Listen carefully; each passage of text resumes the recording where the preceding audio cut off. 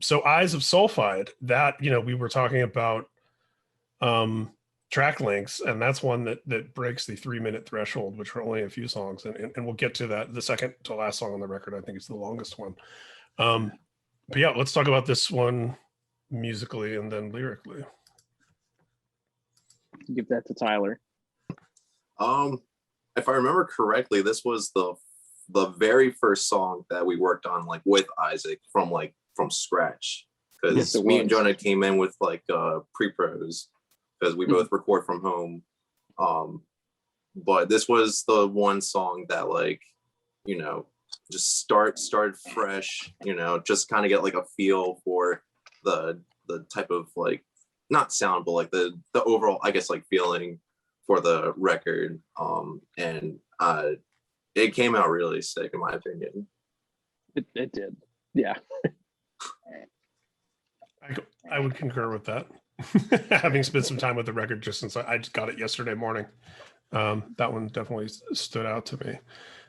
Justin, do you want to talk about the lyrics a little bit? Sure. Yeah, I'll be probably a little bit more vague with this one, because it touched on some very strangely personal things when I was writing these lyrics. So I still haven't really fully kind of processed a lot of this one.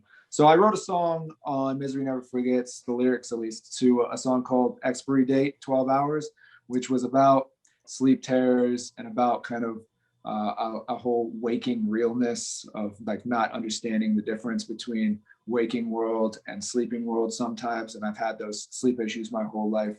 And so I wrote this one as a sequel to that song.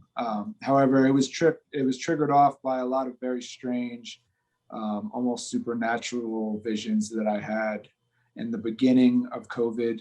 My grandma died, and I had all kinds of very weird visualizations of stuff that wasn't really there in my apartment. And one night I woke up at about 3 a.m. and I turned on every single light in my apartment. And it wasn't until I had done all of that that I realized I was still asleep. So after the night after that, I wrote all the lyrics to this one, hoping that maybe this would be the last time I would have to do that. But yeah, the lyrics touch on a little bit of what I felt like I saw, but it goes pretty deep, I would say. So. Yeah, as someone who over the last 2 weeks binge watched all 8 movies in the Conjuring franchise, that sounds terrifying. Yeah, it's a little like that. I mean, I've always kind of had, that's why those movies, and for me specifically, have a different kind of meaning. And that's why Hereditary, I don't know if you watched that one, but Hereditary had, to me, it was scary on a level completely different from how it was scary to anyone else, because half of the movie is about hallucinating and sleep hallucinations and stuff like that. The first half of it is, and to me, that was the scariest part of that movie, because it was very real and it was reminiscent of things that I could relate to on a primitively horrified level. So yeah, I find in my experience as a horror fan that the paranormal and supernatural leaning films are infinitely more terrifying than your slasher movie.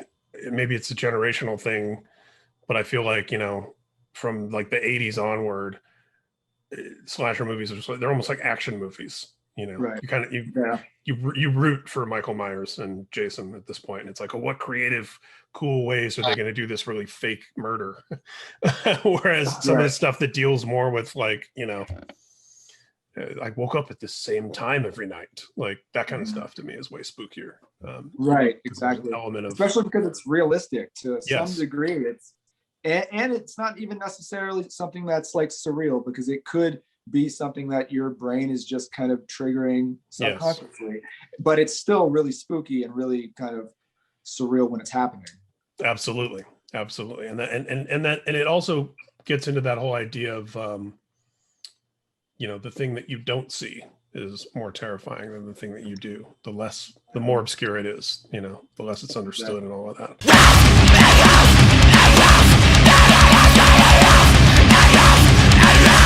Cut it